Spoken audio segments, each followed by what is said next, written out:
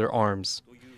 Members of indigenous communities in Bangladesh are protesting against a government decree they say denies their existence.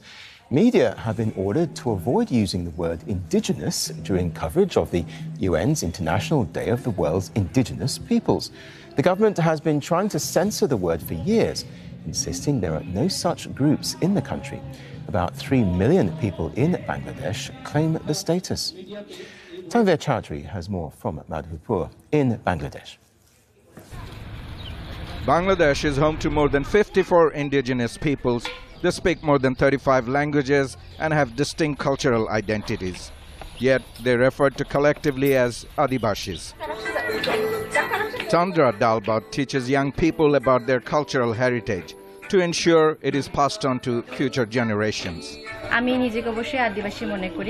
Of course I consider myself as indigenous. Our ancestors, including my forefathers, have been living here for centuries, and through birthright, I am a native indigenous person.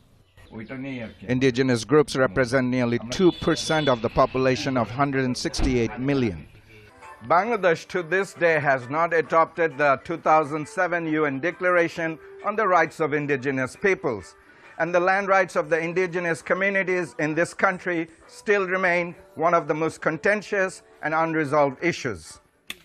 The UN Declaration obligates the government to restore ancestral land and protect minority groups from oppression and discrimination.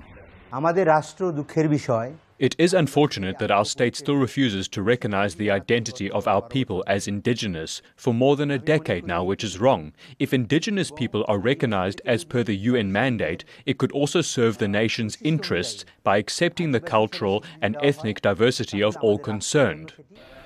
Some school textbooks have been published in indigenous languages, but most are gathering dust. Even though some school books have been published in native languages, so far the government has not given us formal permission to teach those in schools. In 2011, Bangladesh enacted a law that classifies non-Bengali tribes as ethnic minorities rather than as indigenous groups.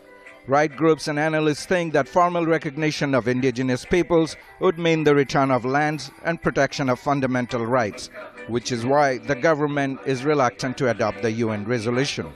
Al Jazeera had hoped to get some clarity from the information minister. However, our request for an interview went unanswered. Tanvir Chaudhry, Al Jazeera, Madhupur, Bangladesh. Flooding has killed at least 9 people in South Korea's capital, Seoul, after some of the heaviest rain in nearly 70 years. 7 more people are missing. The affluent Gangnam district was hit hard. Rob McBride reports.